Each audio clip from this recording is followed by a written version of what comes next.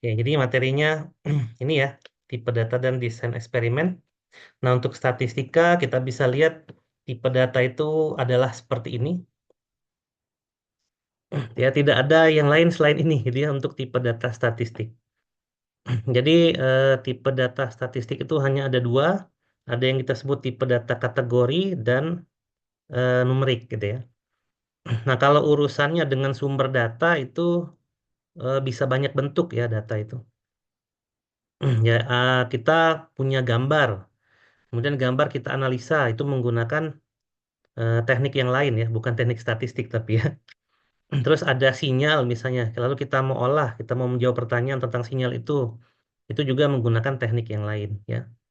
Misalnya ada bentuk data yang lain ya selain angka dan kategori. Itu menganalisa datanya kita gunakan ilmu yang lain tapi bukan ilmu statistik ya. Misalnya untuk mendeteksi wajah manusia secara otomatis berarti ilmu yang kita butuhkan adalah artificial intelligence gitu ya, bukan statistik. Namun memang di balik dari ilmu artificial intelligence itu adalah beririsan dengan statistik. Jadi irisannya saja gitu ya. Namun untuk analisa lebih lengkapnya itu menggunakan analisis AI ya, artificial intelligence. Di dalamnya itu ada salah satunya machine learning. Namun kalau datanya berupa kategori dan numerik gitu ya, itu kita bisa analisa secara statistik gitu ya. Nah, untuk kategori juga ada dua nilai yang bisa kita terjemahkan, yang kita bisa kelompokkan maksudnya. Yang pertama itu ada yang namanya nilai nominal ya. Nilai nominal ini adalah tipe kategori ya, variabel kategori tipenya nominal, di mana nominal itu ada ada beberapa nilai gitu ya. Di mana nilai tersebut itu tidak memiliki hubungan secara langsung gitu ya. Artinya nominal itu hanya sebagai pembeda saja, membedakan antara suatu objek dengan objek yang lain, gitu ya. Itu namanya nominal. Contohnya di sini adalah jenis kelamin ya. Apa bedanya laki-laki dan perempuan? Ya jelas beda ya. Laki-laki dengan perempuan itu berbeda. Kemudian apa bedanya warna rambut hitam, coklat, pirang, putih? Ya hanya membedakan saja. Oh yang satu ini hitam, yang satu ini coklat, jadi yang satu ini pirang, yang satu ini putih. Jadi nominal itu adalah variabel kategori ya. Kalau kita sesuaikan dengan bahasa pemrograman berarti string ya, string atau karakter gitu ya. Yang data itu hanya bisa kita bedakan saja gitu ya. Lalu yang berikutnya adalah data ordinal. Nah, selain berbeda, kita bisa kaitkan dengan hubungan tingkatan.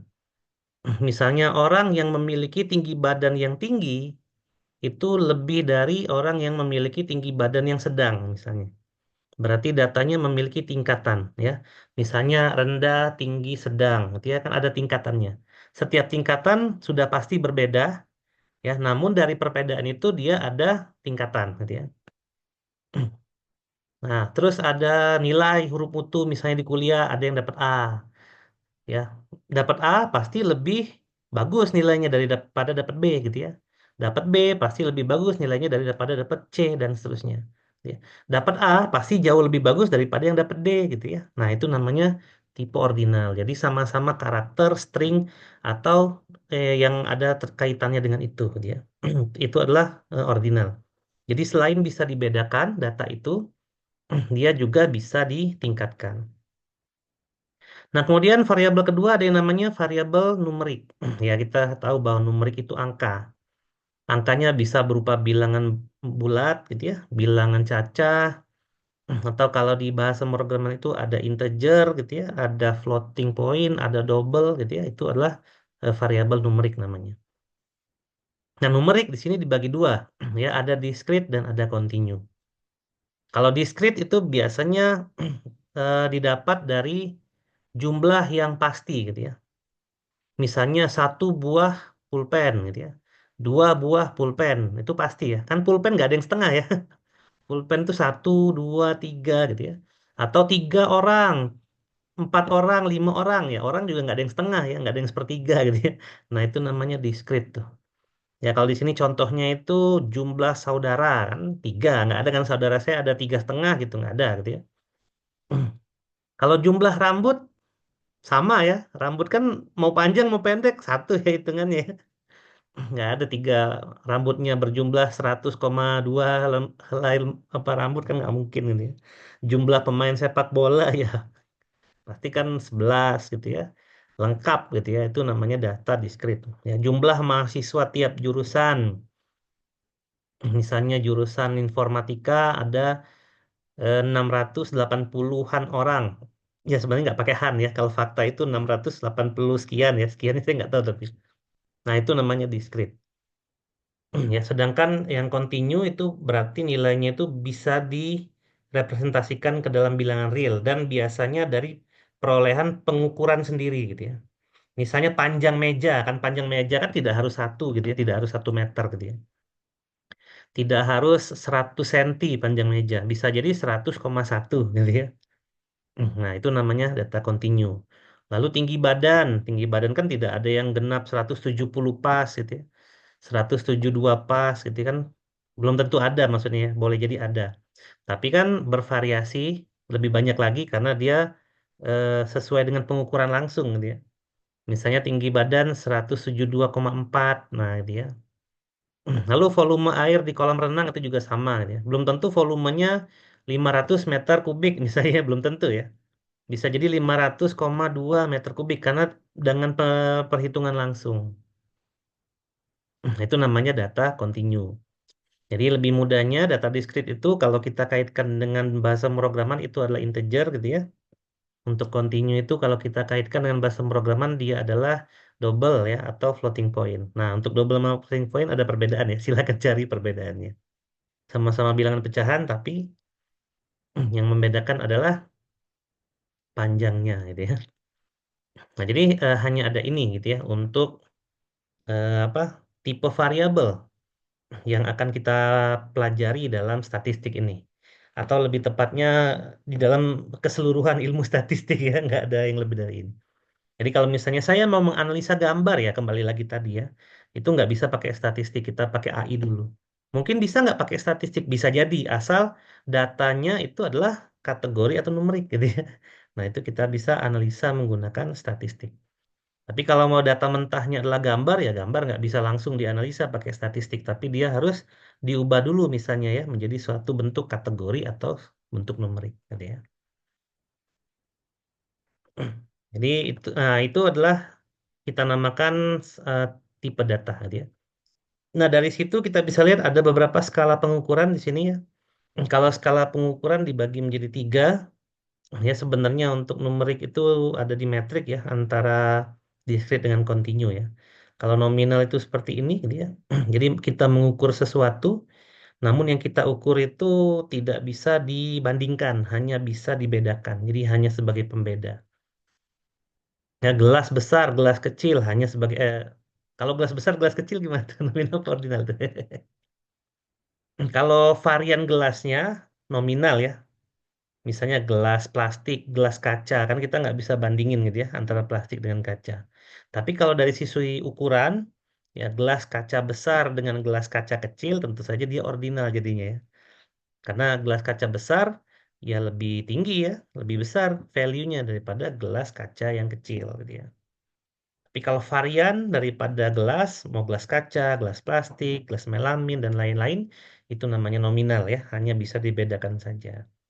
Nah, kemudian ada metrik itu ya pengukuran menggunakan angka ya, menggunakan numerik, baik itu dengan diskrit ya atau dengan kontinu.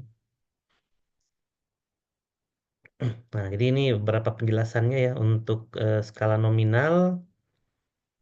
Jadi adalah variabel yang digunakan untuk mengelompokkan data ke dalam kategori tertentu tanpa adanya urutan atau peringkat yang logis atau masuk akal.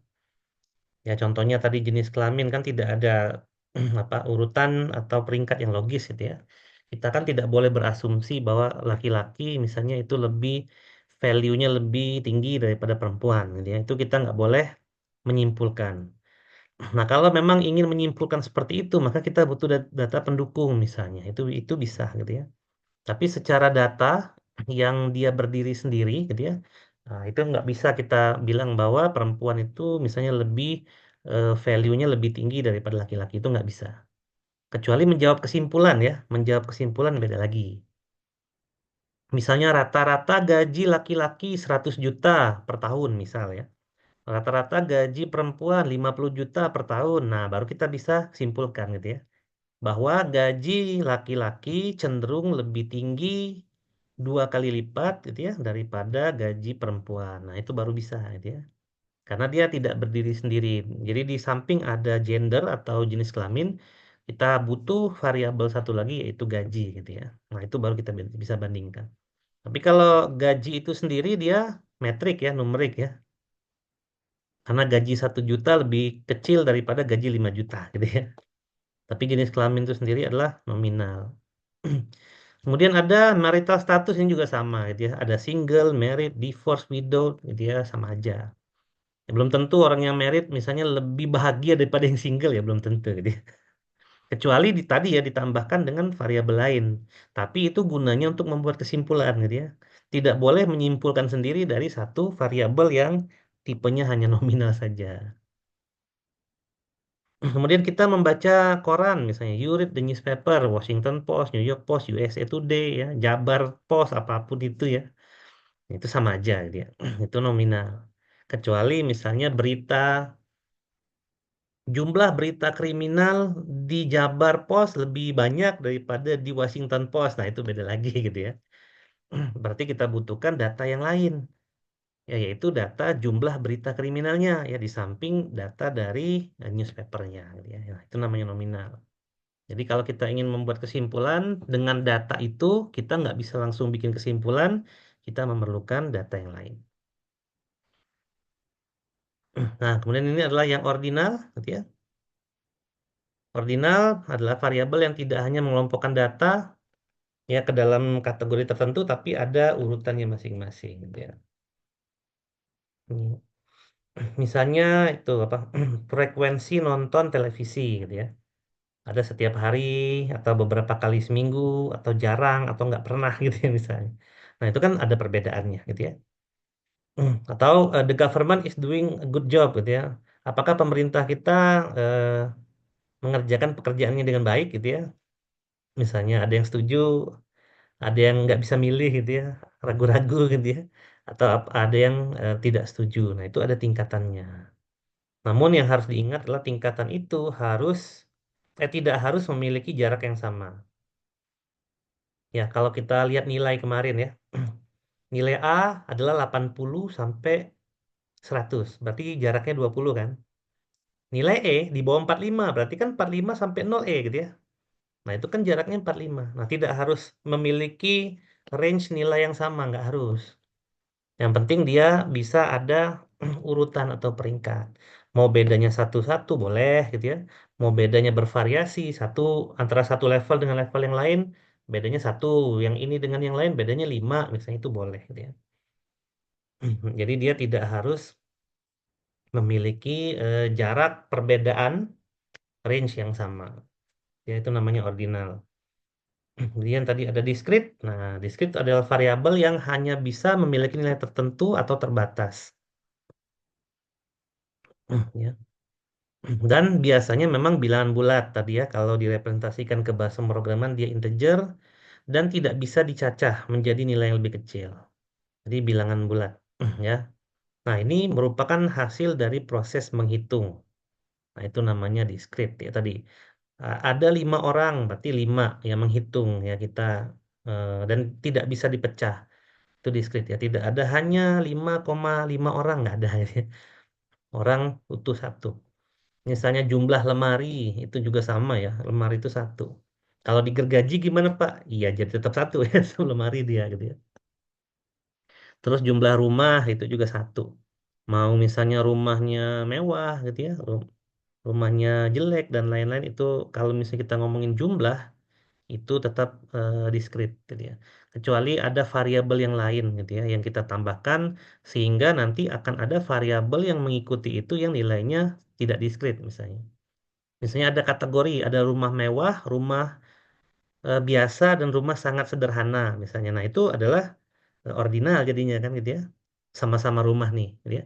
Tapi cuman hanya menghitung jumlahnya saja ya jadinya diskrit karena kita menghitung gitu ya. Misalnya saya punya 5 rumah, tiga rumah mewah, dua rumah sederhana gitu ya. Berarti lima, tetap jumlahnya lima kan, itu diskrit kita ngitung lima. Tapi kalau kita bedakan ya rumah mewah akan lebih bagus gitu ya daripada rumah sederhana gitu ya. Butuh variabel lain.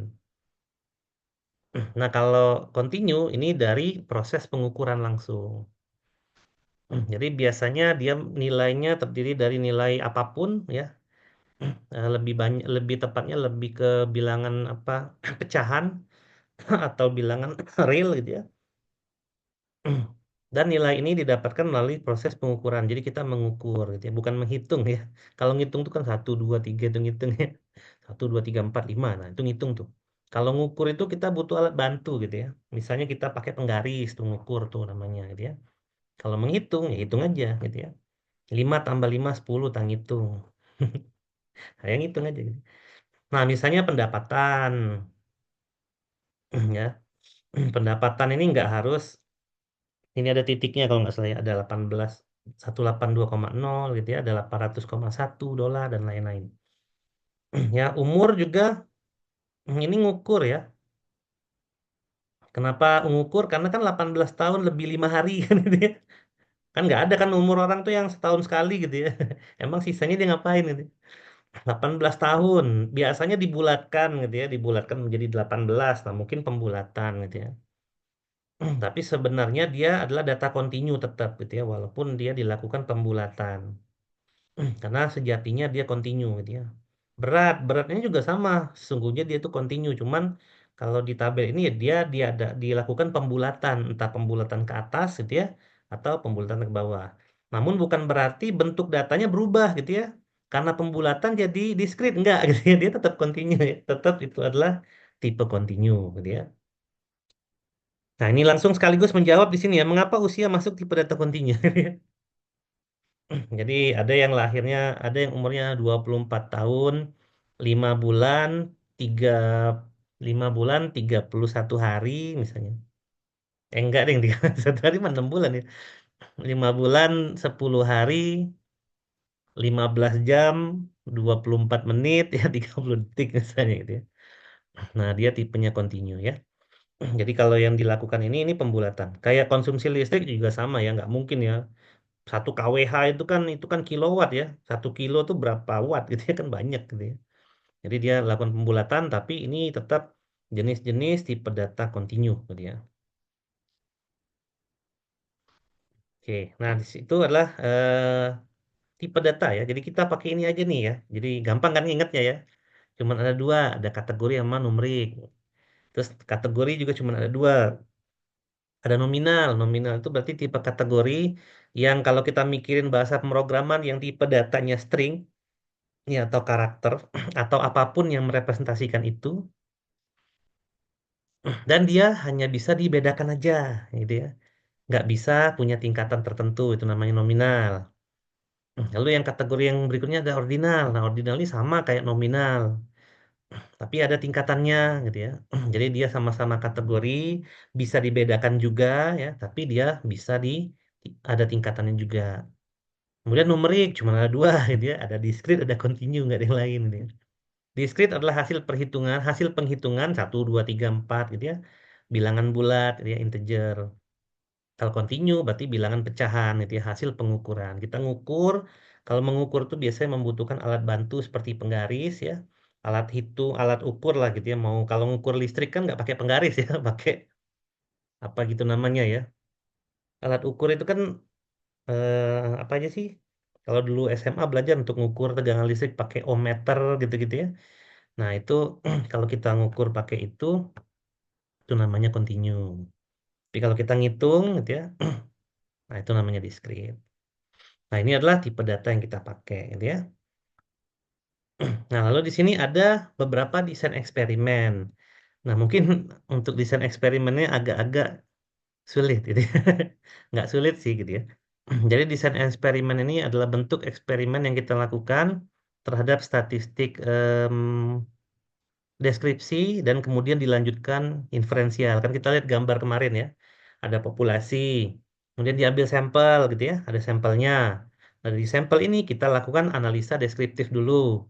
Apakah sampel ini cocok gitu ya? Apakah hipotesa kita benar? Kita balikan lagi ke populasi menggunakan inferensial kan gitu ya.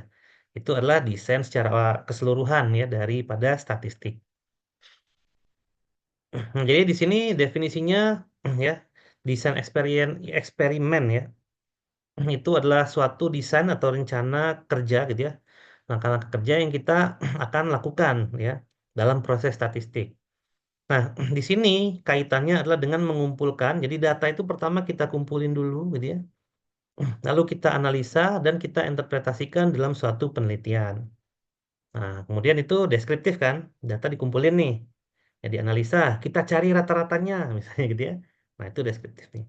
Lalu hasilnya nanti akan ditentukan daripada bagaimana data ini akan dikumpulkan gitu ya. Apakah melibatkan sampel tunggal, jadi sampelnya cuma satu nih kalau tunggal. Apa butuh dua sampelnya atau butuh tiga dan seterusnya. Jadi sampel, jadi dari satu populasi ya masih ingat ya kemarin definisi populasi dan sampel ya. Populasi itu berarti kita menganggap semua data yang terlibat dalam penelitian kita gitu ya. Kalau saya ingin mencari misalnya berapa rata-rata IPK mahasiswa Unjani, maka populasi saya adalah seluruh gitu ya mahasiswa Unjani. Nah, baru saya akan ambil sampel misalnya gitu ya. Nah, apakah melibatkan sampel satu aja, mungkin satu prodi aja cukup gitu ya, atau satu fakultas aja gitu ya, atau mau disebar tuh ya satu aja misalnya cukup, atau dua atau lebih dan seterusnya, atau mau dipisahkan berbeda angkatan nih sampelnya. Nah, berarti kan kita ngumpulin sampel gitu ya, yang banyak gitu ya. Dan nanti akan dilakukan secara eksperimental atau secara observasi. Kita eksperimen dengan statistik atau kita observasi. Observasi itu berarti kita bikin visualisasinya nanti ya dengan berbagai macam diagram yang kita kenal gitu ya. Nanti juga diagram kita bahas di pertemuan ke depan ya karena diagram itu ada banyak gitu ya dan masing-masing diagram itu memiliki tujuannya masing-masing gitu ya.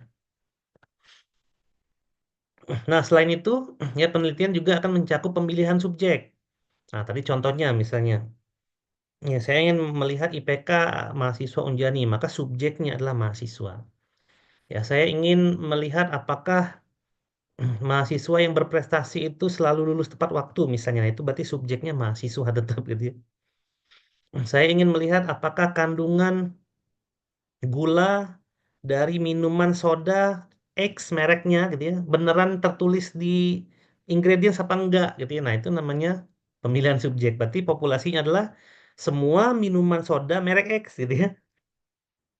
Nah, itu adalah pemilihan subjeknya.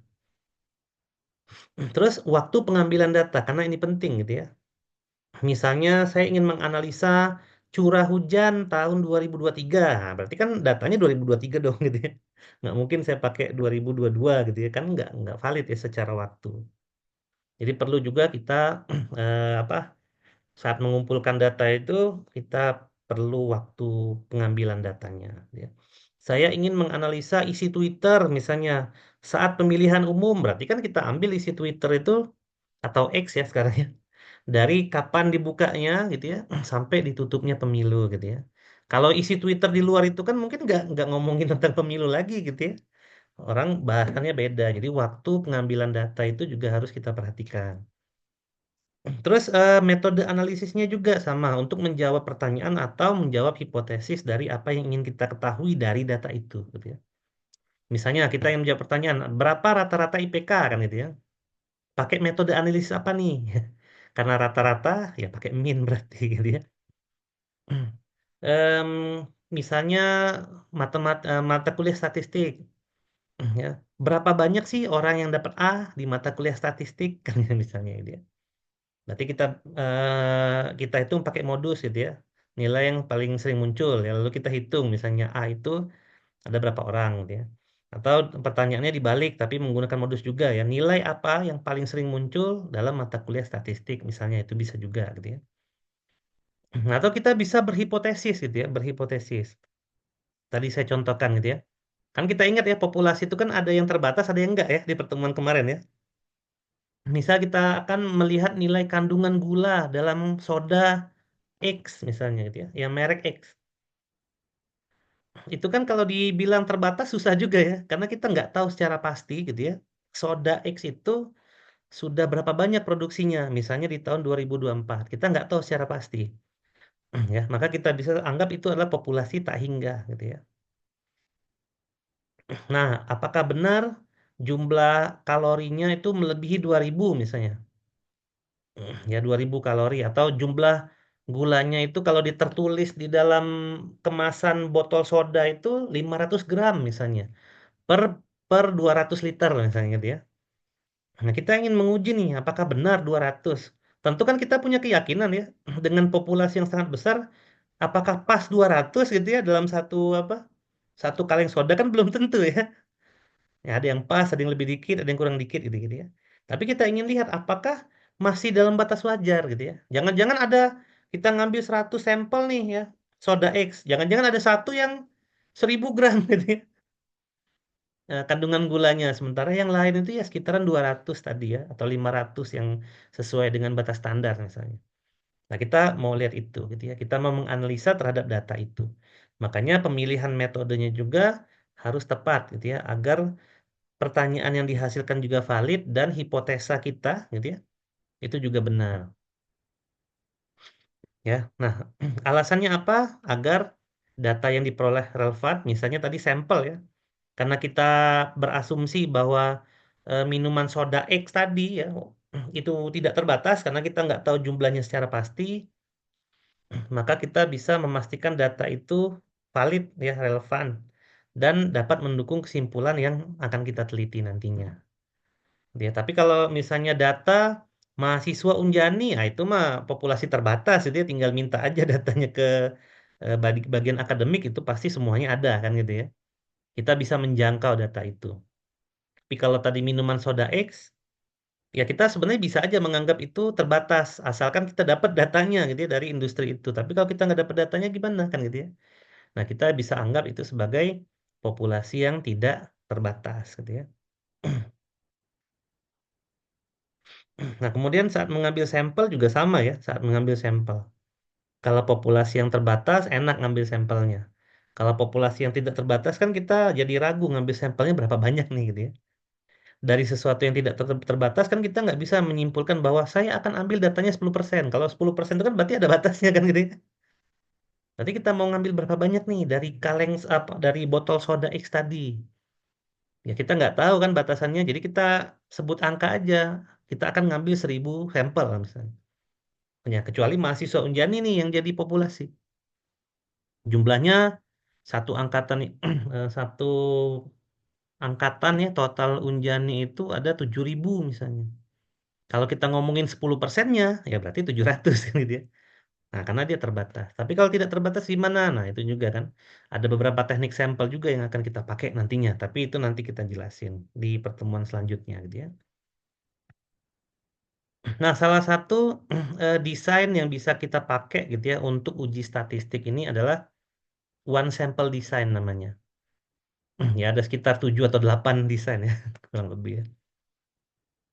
Nah ini masuknya nanti ke statistika inferensial dan yang parametrik ya. Parametrik itu berarti datanya harus terdistribusi normal ya. Datanya normal dulu atau sampel datanya kecil. Nanti kita lihat kondisinya gimana gitu ya.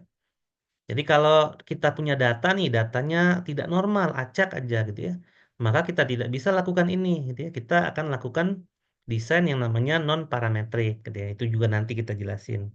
Kita fokus yang parametrik dulu gitu ya, untuk data yang sebarannya normal. Mungkin kalau kita ngomongin distribusi normal, teman-teman udah pada tahu ya, walaupun nanti juga ada materinya ya tentang deskriptif yang ukuran sebaran ya. Kalau kemarin kan kalau min, median, modus itu ukuran pemusatan data. Kalau deviasi, distribusi itu ukuran penyebaran data gitu ya. Nanti kita lihat maknanya. Tapi diingat dulu aja di pertemuan ini bahwa untuk melakukan ini itu datanya harus normal dulu ya. Sebarannya harus normal. Kemudian sampelnya ukurannya kecil. Nah, kecil di sini adalah kurang lebih mungkin di bawah 30 ya. Nah, one sample design ini adalah penelitian yang melibatkan satu kelompok sampel saja. Jadi satu kelompok sampel aja nih yang kita mau analisa. Dan kita punya hipotesa berdasarkan pertanyaan yang kita inginkan gitu ya dari populasi itu. Jadi dari populasi gitu ya kita ambil sampelnya, mungkin kita bilang bahwa rata-rata IPK mahasiswa Unjani itu adalah 3,5 misalnya dari sampel. Nah, apakah itu berlaku untuk semua mahasiswa gitu ya? Karena kita kan analisa sampel aja tadi gitu ya.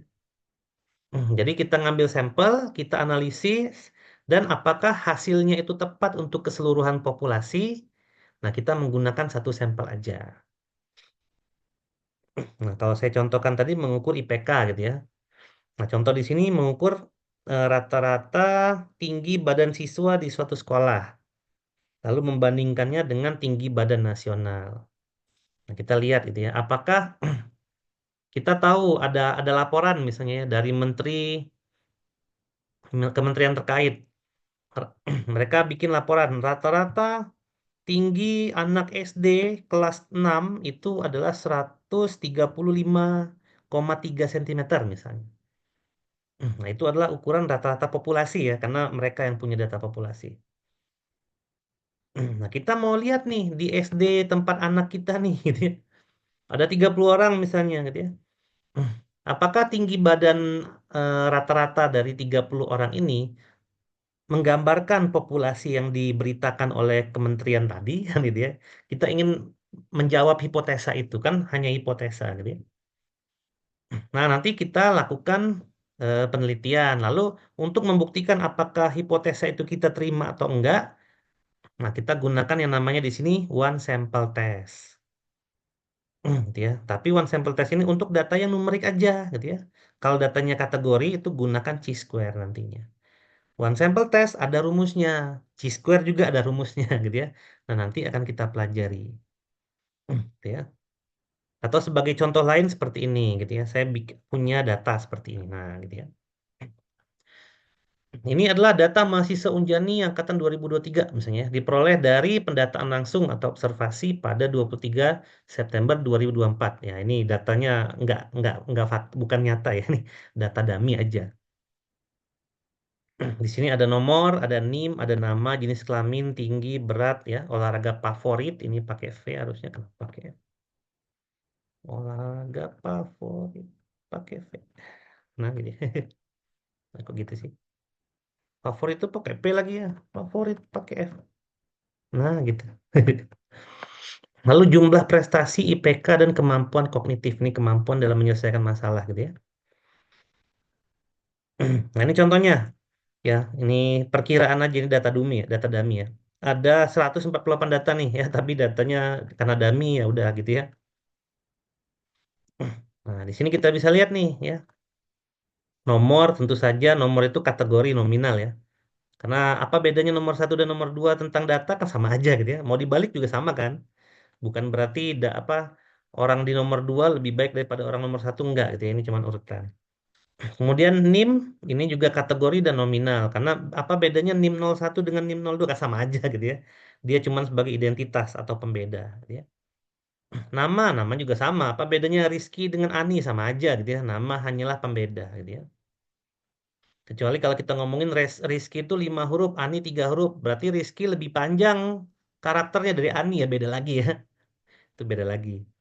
Jenis kelamin ya kategori nominal. Tinggi badan numerik kontinu ya.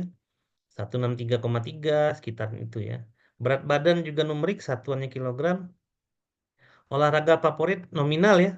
Apa bedanya futsal sama tenis? Sama aja kan, sama-sama olahraga ya. Terus jumlah prestasi diskrit ya.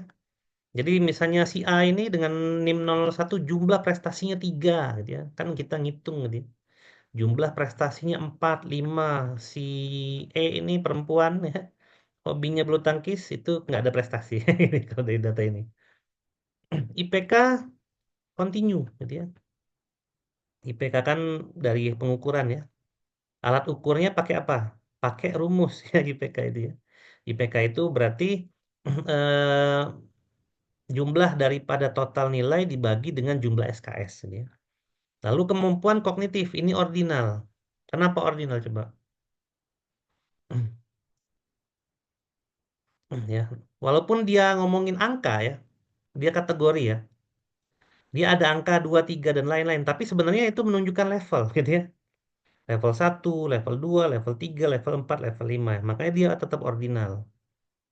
Dia dia bukan nominal. Dia bukan discrete, bukan continue. Karena di sini nggak ngitung gitu ya. Level 1, level 2, level 3 kan nggak ngitung gitu ya. Level 1 ditambah level 2 kan nggak bisa gitu ya. Nggak jadi level 3 otomatis gitu ya. Kalau ngitung tuh 3 tambah 4 jadi 7. Nah itu ngitung namanya gitu ya. Nah ini nggak ngitung gitu ya. Nah ini namanya, ini berarti walaupun dia berupa angka ya, tapi maknanya itu tetap kategori dan dia ordinal. Ordinal itu berarti dia membedakan dan dia memiliki tingkatan. Berarti kemampuan kognitif level yang lebih tinggi itu lebih bagus daripada yang lebih rendah kan gitu ya. Kemampuan kognitif level 3 berarti dia menyelesaikan masalah yang rumit misalnya itu akan lebih baik daripada yang nomor 2 gitu ya. Yang di sini nomor 5 ya levelnya nomor 5 lebih baik daripada level 4 dan seterusnya. Nah, ini contoh data nih gitu ya. Nah, di samping sini ada catatan gitu ya. Nah, karena kita tadi menguji untuk beberapa metode ya.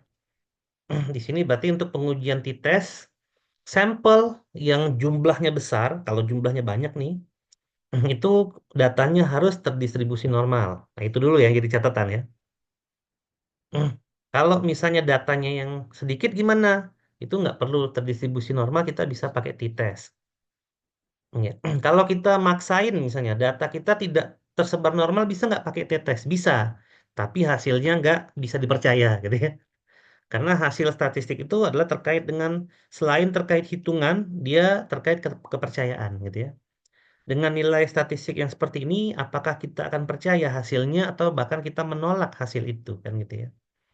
Jadi statistik itu selain ngitung, dia ada percaya atau tidak. Jadi kalau teknik yang kita ambil salah, hitungannya tetap bisa dihitung gitu ya. Ya, tapi kita nggak yakin hitungan itu tepat gitu. Ya, misalnya kita salah dalam menggunakan hitungan ya, salah juga gitu ya. Ya sama kayak pemrograman gitu ya. Misalnya tipe data string. String 11 tambah 11 berapa coba? Satu satu satu satu kan? Bukan dua dua kan? Ya karena kita salah menggunakan operator tambah ya. Tambah itu bisa untuk integer dan bisa untuk string. Jadi kalau string berarti concat, dia menggabungkan. Jadi ya samalah kurang lebih seperti itu. Lalu nanti akan ada rumus yang namanya ANOVA, Analysis of Variance. Itu datanya harus normal. Mau dia sampelnya besar atau sampelnya kecil. Jadi ini tuh populasi namanya ya. Ini adalah populasi. Ini populasi data kita. Ya, ini semua data yang bisa kita ambil ya. Atau bisa ditambah, bisa gitu ya. Kita bisa tambah data seterusnya ya. Tapi kita pakai ini aja dulu ya sebagai populasi. Dia seperti yang saya mention tadi, kita ada beberapa teknik statistika inferensial gitu ya. Ya, di sini ada t-test, ada ANOVA, itu namanya statistika inferensial. Jadi dia sebuah metode untuk menghitung apakah hasil daripada perhitungan deskriptif kita, misalnya rata-rata, itu memang berlaku untuk keseluruhan populasi. Nah, inferensial itu dibagi dua, ada yang namanya statistik parametrik. Ya, kalau parametrik itu sebaran datanya harus normal. Ya, atau kita bisa menggunakan t-test dengan sampel yang kecil. Jadi t-test itu ada di parametrik. Lalu ada sebaran data yang tidak normal, yang bentuknya bisa beraneka ragam, gitu ya. Sebaran data yang tidak normal itu seperti apa sih? Misalnya ada 10 orang nih, gitu ya. Ya, yang satu IPK aja ya, yang satu IPK-nya 2,3, yang dua 2,5, yang tiga 2,3, yang keempat 2,3. Rata-rata nih 2,3, tapi orang ke-9 dengan 10 tuh IPK-nya 4. Nah, itu nggak normal tuh sebarannya. Kenapa? Ada tiba-tiba tinggi banget gitu ya. Nah, normal atau tidaknya suatu data kita lihat dari rata-ratanya. Dia jauh nggak dari nilai rata-rata? Kalau dia dekat berarti normal, kalau dia jauh berarti tidak normal. Nah, seperti apa nanti tidak normal itu kita bahas di sebaran nanti ya, di statistika deskriptif sebaran. Nah, yang perlu diingat adalah untuk yang kita lakukan ini adalah statistik parametrik ya, di mana sebaran data harus normal atau sampelnya kecil, kecil tuh di bawah 30 subjek ya. Itu aja yang harus kita ingat. Ini populasi, misalnya kita contohin di sini populasinya. Nah, pertanyaan yang kita akan peroleh menggunakan analisa inferensialnya apa? Yang pertama, apakah sampel itu mewakili populasi? Atau kita punya hipotesa, hipotesa itu kita terima atau tidak, gitu ya. Ya, contohnya tadi gitu ya. Misalnya kementerian mengumumkan bahwa tinggi rata-rata anak SD kelas 6 itu adalah 150,1 misalnya. Berarti kalau kementerian kan punya populasinya gitu ya. Atau kita punya dugaan. Nah, hipotesa itu dugaan deh gitu ya. Ya, sering diberitakan bahwa masyarakat Indonesia ini Jabar deh ya, 56%, nggak lebih ya. 76% masyarakat Jabar terlibat judol misalnya gitu ya. Nah, itu kan hipotesa gitu ya, kita hipotesa tuh. Lalu kita ingin coba membuktikan kebenarannya benar gitu 73% penduduk Jabar kena judol gitu ya. Nah, kita ambil sampelnya gitu ya. Kita ambil sampel, lalu kita hitung, kita uji pakai t-test. Nah, kita akan terima atau tidak tuh. Jadi ya hipotesa yang mana menyebutkan 76 orang itu 76% orang di Jabar itu terlibat judol misalnya. Nah, itu ya kurang lebih. Jadi apakah suatu hipotesa itu akan bisa kita terima atau tidak gitu ya, atau kita tolak. Kalau tidak kita tolak gimana ya? Mungkin dari sampelnya yang salah gitu ya atau dari hipotesa kita yang salah. Ini misalnya datanya ini. Tadi kita gunakan one sample misalnya. Nah, one sample itu pertanyaan kita adalah apakah rata-rata IPK mahasiswa dari sampel yang diambil mewakili keseluruhan populasi untuk angkatan 2023 nih.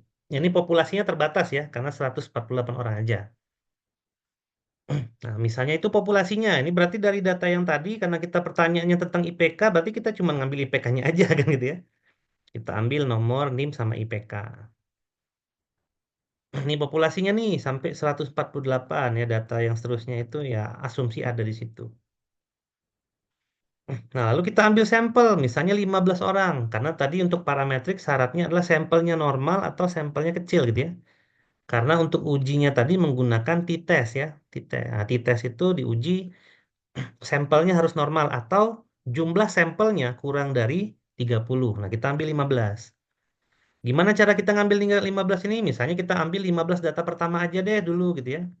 Atau kita bisa sesuaikan sebenarnya dengan beberapa teknik sampel ya. Waktu pertemuan pertama kan ada random sampling, ada sampling apa gitu ya, dan lain-lain. Kita bisa sesuaikan. Nah, langkah-langkahnya apa? Yang pertama kita hitung rata-ratanya, gitu ya. Kemudian kita hitung one sample t-test. Nah, one sample t-test ini ada rumusnya. Rumusnya lebih detail akan kita pelajari nanti, gitu ya. Jadi intinya itu dulu, gitu ya.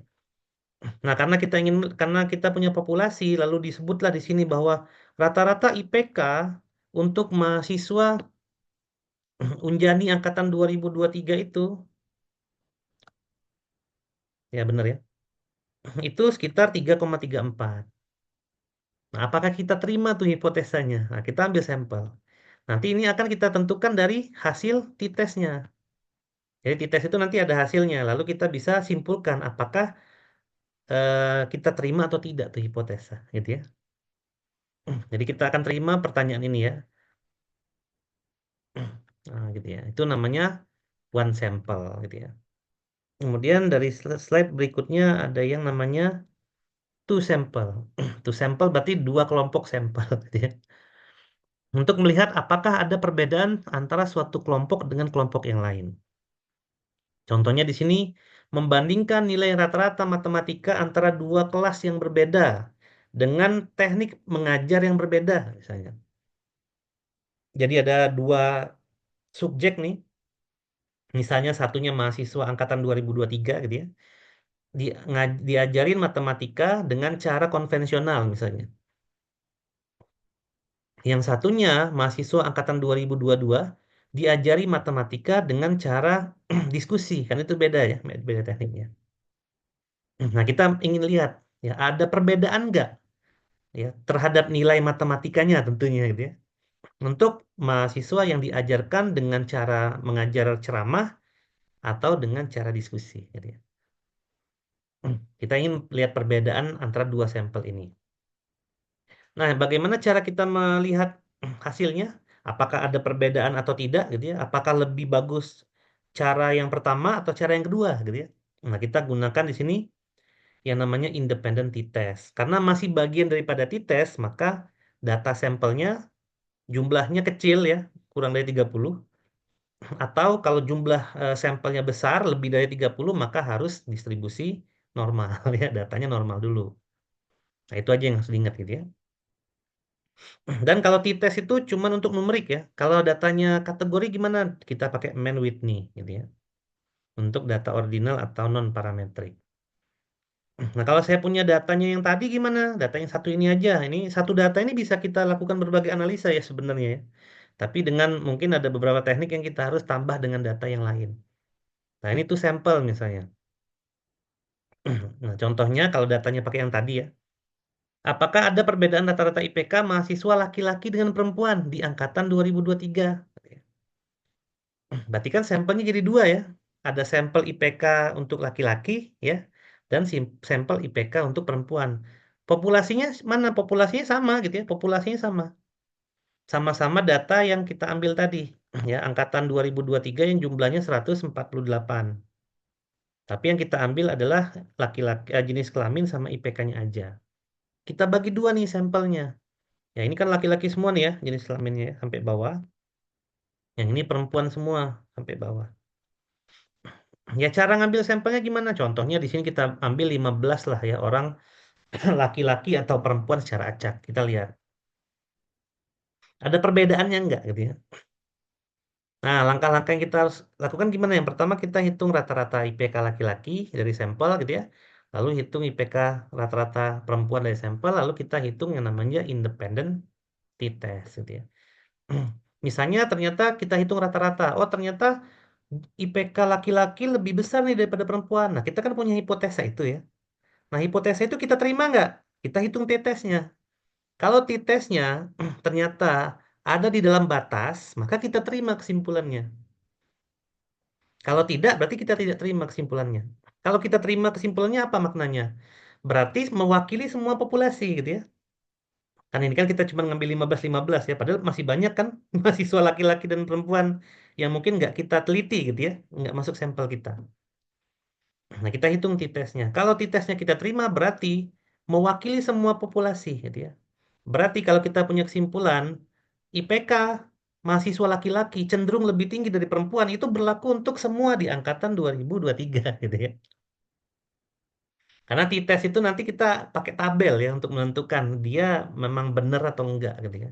Ada tabel T namanya, gitu ya, tabel T. Nah, jadi itu adalah yang kita akan lakukan gitu ya di two sampel ya. Itu dulu ya yang harus diketahui ya. Nanti lebih detailnya bagaimana menghitung apa t-testnya gitu ya. Lalu bagaimana yang dimaksud dengan apakah dia memenuhi atau tidak, apakah hipotesa diterima atau tidak gitu ya. Nah, itu kita akan pelajari di pertemuan berikutnya ya. Tapi setidaknya sampai sini dulu pemahamannya gitu ya. Ada populasi, ada sampel. Jadi kalau kita ingin melihat perbedaan dua sampel dengan cara yang berbeda, ya itu namanya two sample design. Kemudian yang berikutnya ada yang namanya independent sample design. Ya. Penelitian ini melibatkan dua atau lebih kelompok, jadi dua kelompok atau lebih ya, yang tidak terkait sama sekali. Jadi nggak ada hubungannya. Kalau tadi masih ada hubungannya ya, masih di satu kelas yang sama, masih di satu angkatan yang sama gitu ya. Lalu setiap kelompok terdiri dari individu yang berbeda yang memang tidak saling terhubung juga.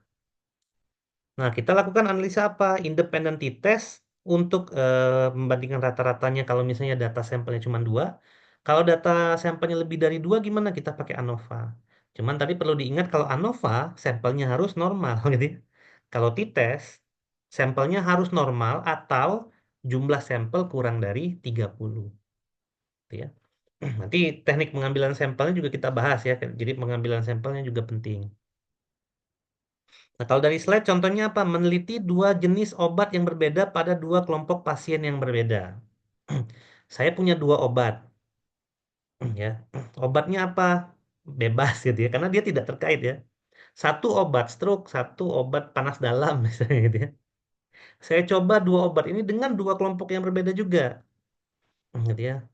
Obat stroke, kelompok untuk orang yang penyakit stroke, gitu ya. Obat panas dalam untuk kelompok orang yang memang cenderung punya kena penyakit panas dalam, misalnya gitu ya. Saya pengen lihat itu, gitu ya. Nah, kalau dari data yang kita punya tadi, kita lakukan independent test, gimana caranya? Seperti ini kira-kira, gitu ya. Maka eh, kita ingin melihat di sini ya, contohnya ya. Ada tes bahasa Inggris nih di dua angkatan yang berbeda, misalnya di Informatika Unjani. Ada angkatan 2022 dan 2023, berarti ada dua nih angkatannya, gitu ya. Angkatan 2022 tes bahasa Inggrisnya esai. Angkatan 2023 tes bahasa Inggrisnya pilihan ganda. Ya, jadi beda angkatan kan, berarti datanya beda, gitu ya. Terus jenis tesnya juga beda, satu esai, satu pilihan ganda. Nah, kita ingin lihat di sini ya, apakah ujian dengan esai dan pilihan ganda ini akan mempengaruhi nilai di angkatan 2022 atau 2023, gitu ya. Nah, yang perlu dilihat di sini adalah jenis tesnya beda, jenis angkatannya beda, gitu ya. Kalau dari definisi tadi kan metodenya beda, sampelnya beda, gitu ya. Dua sesuatu yang berbeda. Nah, karena kita hanya punya data angkatan 2023, ya kita berarti harus mencari data angkatan 2022, gitu ya. Di sini misalnya data populasi angkatan 2023 tadi ada sekitar 148 orang. Yang angkatan 2022 adalah hanya 138 misalnya. Lalu ini hasil tesnya, gitu ya. Hasil tes bahasa Inggris. Nah, hasil tes bahasa Inggris itu tentu tidak ada di data sini, gitu ya. Berarti ada tambahan lagi. Ya nggak apa-apa kita tambahin, gitu ya. Kita tambahin. Nah, lalu masing-masing kita ambil sampel dengan ukuran yang sama karena ukurannya harus sama, gitu ya. Misalnya 15 orang angkatan 2022 yang esai, gitu ya tadi ya. 2023 yang pilihan ganda, kita ambil 15 yang pertama. Dan sebagai catatan untuk sampling tadi ya, kita harus pakai teknik tertentu ya. Kita bisa gunakan teknik tertentu. Ya, kita pakai dua data ini. Ya, lalu langkah-langkahnya seperti ini, gitu ya. Yang pertama hitung rata-rata masing-masing angkatan, kemudian hitung independent t-test. Karena memang rumus dari t-test itu menggunakan rata-rata, gitu ya. Tapi ada hitungan yang lain nantinya. Nah, misalnya angkatannya ditambahin lagi di 2024 boleh, gitu ya. Misalnya kita tambahin nih, angkatannya berarti ada 2022, 2023, dan 2024. Tapi angkatan 2024 harus metodenya selain esai sama pilihan ganda, gitu ya. Misalnya pakai metode apalah gitu ya, studi kasus misalnya. Nah, kalau lebih dari tiga, maka kita gunakan ANOVA, gitu ya, untuk menghitung ini ya, Pak, menghitung memvalidasi sampelnya, gitu ya. Jadi nggak pakai t-test lagi, pakai ANOVA. Tapi kalau ANOVA berarti tiga angkatan itu nilainya harus terdistribusi normal masing-masing, gitu ya. Nah, nanti ini ada kaitannya dengan kita apakah metode essay lebih bagus misalnya dengan metode pilihan ganda, gitu ya. Kita punya hipotesa itu misalnya. Nah, dengan menggunakan t-test itu nanti kita bisa bantah atau kita bisa terima hasilnya, kan gitu ya. Nah, kurang lebih seperti itu. Kemudian ada lagi, ini tekniknya lumayan banyak ya. Ada yang dependent, kalau yang barusan tadi independent sample design. Yang ini yang dependent, dependent itu dia terkait berarti ya. Jadi dia melibatkan dua pengukuran yang saling terkait. Baik mungkin subjeknya sama berarti kelompoknya itu aja, gitu ya. Ataupun dari pasangan yang cocok, gitu ya, dari eh, pasangan-pasangan data yang memiliki perilaku dan identitas yang sama. Nah, di sini kita gunakan pair t-test ya, sama t-test juga, gitu ya. Nah, varian t-test semuanya berarti syaratnya tadi distribusi datanya sampelnya harus normal atau jumlah sampel kurang dari 30, gitu ya. Kalau misalnya datanya non parametrik, artinya dia tidak normal, kita bisa pakai Will Cosine rank test ini. Ini saya belum pernah nyoba juga sih, gitu ya. Kalau yang pair testnya itu udah sering pakai, gitu ya. Nah, contohnya di sini mengukur berat badan sekelompok orang sebelum dan setelah diet. Orangnya kan sama ya, itu aja kan, dia yang diukur. Tapi dia punya dua data, data sebelum diet dan data sesudah diet, gitu ya. karena dia saling terkait datanya. Jadi subjeknya cuma satu, tapi dua pengukurannya berbeda. Yang satu sebelum diet, yang kedua setelah diet. Yang satu dikasih obat X, yang satu tidak dikasih misalnya dan seterusnya gitu ya. Nah, kalau dari contoh yang data tadi gimana kalau yang dependen? Nah, kita bisa bikin analisa seperti ini. Apakah ada perbedaan rata-rata IPK mahasiswa angkatan 2023 di semester 2 dan 4? Jadi kita mau lihat apakah semesternya berbeda antara semester 2 dan 4 gitu ya. Orangnya kan itu-itu aja ya, tapi dia punya dua pengukuran. Jadi populasinya tetap pakai data yang tadi gitu ya, tapi data yang tadi kalau kita lihat diambilnya pada 23 September berarti cuma punya data semester 2 kan gitu ya. Ya semester 2 ya.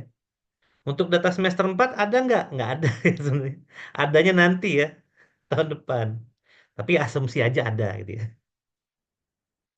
Maka kita ambil datanya, mahasiswanya siapa? Itu-itu lagi gitu ya, sama. 148 orang juga kan gitu ya. Nah, tapi IPK-nya beda nih gitu ya. Orang pertama, NIM 001, waktu semester 2 dia IPK-nya 3,12. Di semester 4 naik nih, ternyata jadi 3,31 gitu ya. Tapi ada yang turun, ada gitu ya. Ada yang naik banget, ada gitu ya. Nah, itu berarti kan orangnya sama, subjeknya sama, tapi perhitungannya ada dua. Nah, dari populasi ini kita ambil sampel masing-masing. 15 misalnya gitu ya. Urutan pertama lagi misalnya gitu ya. Tapi misal sampel bisa disesuaikan ya. Nah, jadi langkah-langkahnya karena menggunakan t-test, karena dua tadi ya, maka kita hitung rata-rata semester di angkatan 2023 yang semester 2-nya dari sampel ya. Kemudian kita hitung rata-rata juga di semester 4-nya. Kemudian kita hitung nilai t-testnya. Nanti ada pertanyaan biasanya apa dari rata-rata kan kelihatan misalnya. Dari rata-rata sampel tapi ya. Ternyata IPK di semester 4 cenderung naik. Nah, misalnya gitu ya. Apakah mewakili semua dari populasi kan gitu ya? Nah, kita jawab dengan PRT test. Jadi hipotesa kita bisa jadi kita tolak, oh ternyata enggak gitu ya. Ternyata dari sampel yang kita ambil ini tidak mewakili seluruh populasi misalnya. Atau kita terima hipotesanya bahwa memang dari sampel ini nilai semester 4 itu lebih tinggi daripada nilai semester 5 rata-ratanya gitu ya. Nah, gitu. Terus ada lagi match pair design. Banyak ya ini ya. Ya sabar-sabar aja ada rekamannya gitu ya. Ini berarti setiap subjek dalam kelompok, jadi subjeknya satu gitu ya. Data mahasiswa angkatan 2023 misalnya tadi contohnya. Lalu kita cocokkan dengan kelompok lain gitu ya. Berdasarkan karakteristik tertentu. Ya, misalnya sama-sama memiliki karakteristik kita cocokin gitu ya. Misalnya di sini usia atau jenis kelamin, berarti ada dua subjek dia harus memiliki usia dan jenis kelamin juga gitu ya. Dan di sini ada variabel perancu, variabel yang nanti membiaskan nilai daripada perhitungan. Nah, di sini kita juga masih menggunakan PRT test ya untuk analisanya. Kemudian kalau datanya kategori kita pakai McNemar test gitu ya. Kalau t-test itu tadi karena dia ada rumus, maka biasanya dia numerik ya. Kalau ada rumus, ada persamaan. Nah, di sini contohnya membandingkan hasil belajar siswa yang kursus online dengan yang tatap muka. Lalu mencocokkannya berdasarkan usia dan latar belakang pendidikan. Berarti kita harus punya dua data gitu ya. Yang pertama data siswa yang kursus online, lalu yang tatap muka. Ya, mahasiswanya pasti beda ya. Karena dia subjeknya dari satu kelompok dicocokkan dengan kelompok yang lain, subjek kelompok yang lain. Berarti ada dua kelompok nih, gitu ya. Berarti kalau dari contoh kita akan punya dua kelompok data. Yang pertama yang ikut kursus online, lalu yang kedua yang tatap muka. Di mana setiap data itu pasti punya nama, gitu ya, punya usia, jenis kelamin dan lain-lain. Nah, kita cocokin berdasarkan variabel yang mana. Bisa juga kita cocokkan berdasarkan nilainya, gitu ya.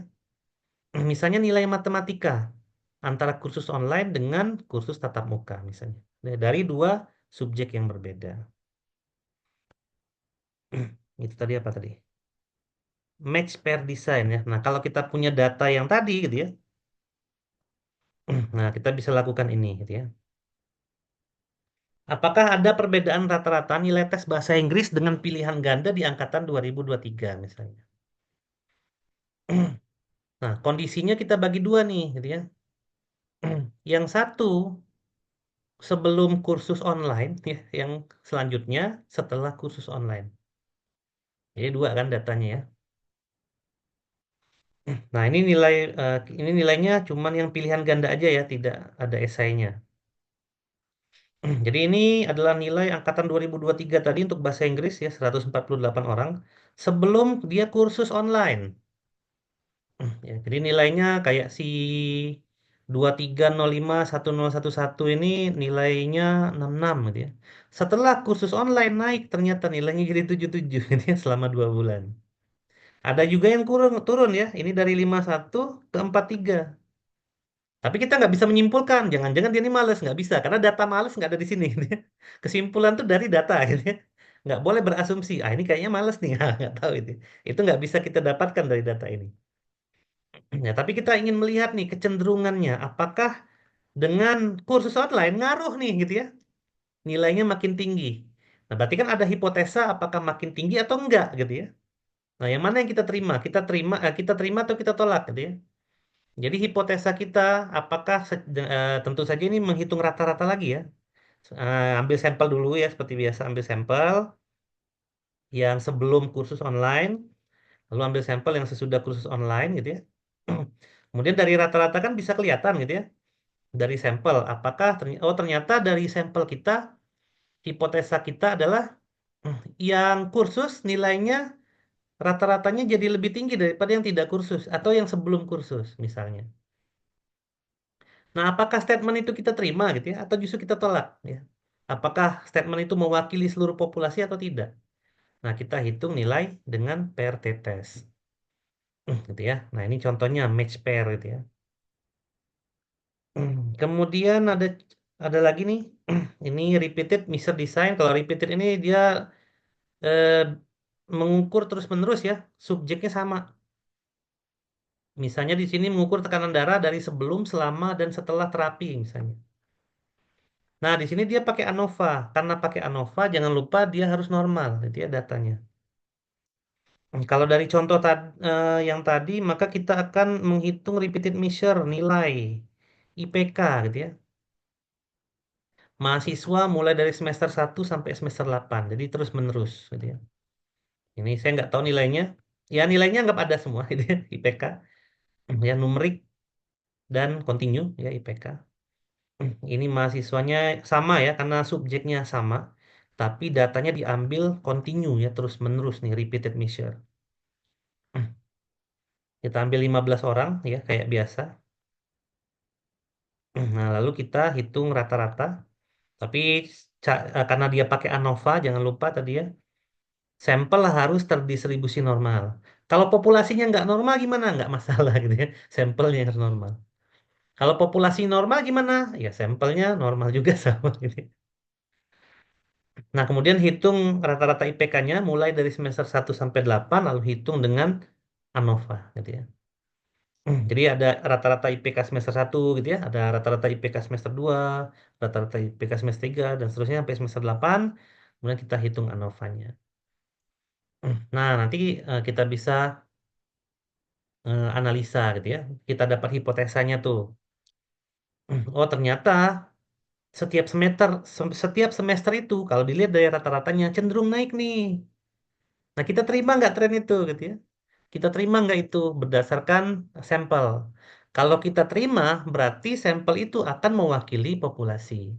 Berarti kita bisa berpendapat bahwa semua orang, ya 148 orang ini, itu nilainya cenderung naik semua. Gitu ya. Kalau kita terima tadi hasil ininya, hipotesanya. Tapi kalau kita tolak, berarti mungkin sampelnya yang keliru, gitu ya. Atau memang ternyata itu hanya berlaku untuk sebagian orang saja, tidak berlaku semua, gitu ya. Yang IPK-nya selalu naik, gitu ya. Oke, lalu ada lagi yang di bawahnya multi comparison design, pakai ANOVA juga, gitu ya. Kalau yang parametrik, kalau Kurskal Wallis ini untuk yang non parametrik, yang tidak normal ya, datanya tidak terdistribusi normal. Nah, kalau ini membandingkan lebih dari dua kelompok sampel, berarti ada dua nih sampelnya, untuk melihat perbedaan antara mereka dalam satu atau lebih variabel. Ya, contohnya di sini membandingkan efektivitas tiga jenis metode pengajaran di tiga tingkat yang berbeda. Jadi ini sama seperti yang di atas ya, tapi dia jumlahnya lebih dari tiga, lebih dari dua. Jadi contohnya juga mirip dengan yang di atas ya, ya dengan yang tadi ya, dengan yang match pair ya mirip ya. Nah, apakah ada perbedaan rata-rata nilai tes bahasa Inggris dengan pilihan ganda pada angkatan 2022, 2023, dan 2024? Di mana angkatan 2022 itu diajarkan dengan cara tanya jawab, misalnya 2023 dengan diskusi, dan 2024 dengan ceramah misalnya. Berarti kita akan dapat nilai di angkatan 22 dengan metode pengajarannya adalah metode tanya jawab. Berapa nilai bahasa Inggrisnya? Nilai tes angkatan 2023 juga sama, metodenya diskusi berapa nilai tesnya, dan 2024 juga dengan ceramah berapa nilai tes bahasa Inggrisnya. Secara populasi ini semua, beda angkatan, beda jumlah ya. Tadi angkatan 2022 138, angkatan 2023 148, nah angkatan 2024 itu 130 misalnya. Nah yang pertama, ambil ambil sampel ya, dari ini kan populasi nih ya. Nah, caranya mengikuti cara yang tadi, ya ambil sampel dulu yang pasti. Kemudian karena dia ANOVA, berarti harus terdistribusi normal dulu datanya. Kalau datanya nggak normal, bisa nggak dinormalkan? Bisa gitu ya. Ada yang namanya teknik transformasi. Nah, itu juga nanti kita pelajari gitu ya, transformasi. Jadi dia mengubah data yang tidak normal menjadi data normal. Kenapa sih data itu harus dinormalkan? Agar hasil kesimpulan itu kita yakin gitu ya. Jadi ini dalam bentuk keyakinan aja. Ya, dengan datanya normal, maka hasil yang kita lakukan itu kita bisa yakin gitu ya terhadap kesimpulan yang kita ingin cari tahu. Lalu kalau sudah normal sampelnya hitung rata-rata biasa, lalu hitung nilai ANOVA, tapi dia menggunakan one way ANOVA. Ya. Kenapa selalu dihitung rata-rata? Karena memang nilai ANOVA itu membutuhkan nilai rata-rata di rumusnya gitu ya. Nanti seperti apa ANOVA nanti kita lihat waktu kita pelajari ANOVA. Tapi dia pakai teknik ANOVA yang one way, gitu, yang satu arah. Ada yang two way, ada yang dua arah, gitu ya. Kalau satu arah itu berarti dia cuma satu arahnya. Misalnya di sini, ya one way kan. Apakah tanya jawab lebih bagus daripada diskusi? Nah itu kan satu arah tuh ya. Lalu apakah metode diskusi lebih bagus daripada ceramah? Itu satu arah. Kalau yang dua arah itu saling dia. Apakah saling mempengaruhi gitu ya? Nanti saling mempengaruhinya bisa positif atau negatif. Tapi kalau kita punya hipotesa yang hanya positif atau hanya negatif saja, maka dia pakai yang one way. Ya, nanti tergantung dari apa yang ingin kita cari ya pertanyaannya. Jawabannya kita cari. Lalu terakhir nih ya, longitudinal study. Nah, penelitian ini yang kita lakukan adalah kita mengumpulkan data, subjeknya sama, tapi berulang kali selama waktu tertentu untuk mengamati perubahan. Ya, contohnya ada nggak perkembangan anak dari lahir sampai dewasa gitu ya. Misalnya dilihat perkembangan kognitif atau pemecahan masalah. Nah, kalau datanya panjang banget gitu ya, pakainya mix effect model, kita gambarkan. Jadi metode analisanya bukan pakai rumus tapi pakai apa? Visualisasi ya. Atau pakai growth curve analysis ya untuk menganalisa pola perkembangan. Nah, di longitudinal study ini mau nggak mau kita masuk ke regresi dikit gitu ya. Nah, kalau dari data yang tadi contohnya apa? Contohnya juga mirip gitu ya. Misalnya IPK 1 sampai 8 gitu ya. Semester 1 sampai semester 8. Tapi yang kita akan analisa itu lebih ke trennya gitu ya. Kita akan gambarkan dengan growth curve analysis. Jadi ada kurva pertumbuhan gitu ya terhadap rata-rata. Ini kesimpulannya mirip sebenarnya apakah pertumbuhan tiap semester itu cenderung naik atau cenderung turun gitu ya. Nah, kurang lebih sama. Tapi kalau untuk longitudinal study itu yang mungkin repeatednya tuh sangat lama gitu ya. Kalau yang repeated measure ini kan misalnya terbatas ya. Nah, kalau longitudinal study itu yang memang membutuhkan datanya itu lama banget kita teliti ya. Seiring berubahnya data, kesimpulannya bisa berbeda gitu ya. Misalnya data cuaca. Ya, kenapa data cuaca zaman dulu tuh selalu akurat daripada sekarang? Karena sekarang itu cenderung tidak normal ya data cuaca itu. Kadang hujan ya, kadang panas ya, curah hujan tidak menentu. Nah, akhirnya apa? Susah dia analisis, gitu ya. Ya, itu data yang tidak normal. Tapi kalau datanya normal itu bisa untuk dianalisis. Entah analisis itu untuk menggambarkan data atau untuk memprediksi, sama aja. Ya, misalnya ingin memprediksi besok hujan nggak? Nah, karena datanya tidak normal, nggak tahu nih besok hujan apa enggak. Misalnya diprediksi hujan, tapi seberapa yakin kita dengan hipotesa bahwa besok hujan gitu ya. Nah, itu agak susah dibuktikan ya dengan yang parametrik dengan t-test, tapi kita bisa buktikan dengan teknik yang lain gitu ya, yang non parametrik. Walaupun tingkat keyakinannya juga rendah gitu ya. Ya itulah statistik ya. Statistik itu nggak cuma buat ngitung ya. Tapi dari ngitung kita muncul hipotesa, dari hipotesa itu kita terima atau tidak tuh gitu ya. Apakah hipotesa ini mewakili semuanya? Karena tadi kita ngambil sampel ya. Apakah hipotesa terhadap sampel kita terima untuk keseluruhan populasi? Apa enggak gitu ya? Jangan-jangan cuman pas ngambil sampel ini aja nih kesimpulannya gini gitu ya. Ternyata kenyataannya, kalau populasi kan ngomongin kenyataan ya. Bahwa kenyataan itu nggak gitu gitu ya. Sampel kan bagian dari kenyataan gitu ya. Ya siapa tahu salah ngambil sampel gitu ya. Nah makanya kita harus menggunakan teknik yang benar tadi gitu ya. Kita harus menggunakan teknik yang benar. Nah, kalau ini kita bahas yang kemarin ya, ini nanti aja di skip. Kalau punya pertanyaan kayak gini gimana? Ada pula jawabannya di sini ya. Tinggal gini aja dulu deh. Jadi misalnya peneliti itu ingin mengetahui apakah suplemen X mempengaruhi berat badan misalnya. Nah, dalam penelitian ini, peneliti melibatkan dua kelompok yang berbeda nih, ya. Yang satu kelompok penerima suplemen, yang satu tidak menerima suplemen. Yang dihitung apa? Berat badannya berarti. Jadi ada sekumpulan subjek ya manusia diukur berat badannya nih gitu ya. Kalau subjek manusia itu tidak terbatas ya. Susah juga ngitung berapa tepatnya jumlah manusia di dunia ini gitu ya.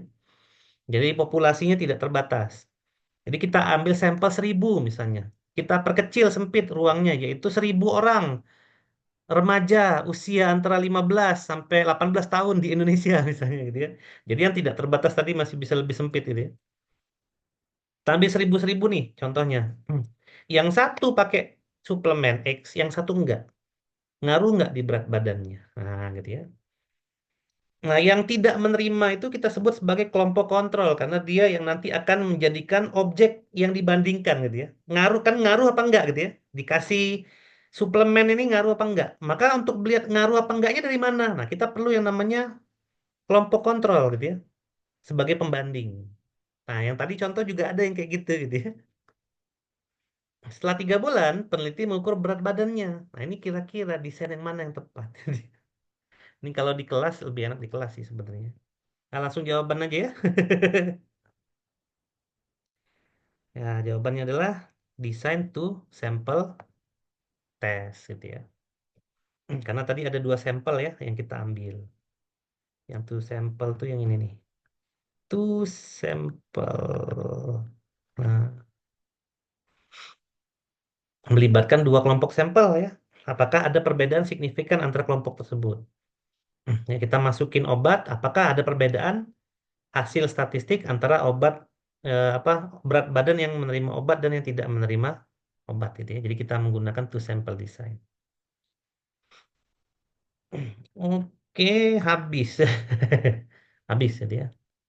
Begitu aja. Ini nanti saya kirimin juga ya untuk Excelnya. Nah, yang pasti cukup diketahui ini dulu ya di pertemuan ini ya. Jadi kalau kalian ada pertanyaan mengapa apa itu distribusi normal nanti ada kita bahas gitu ya.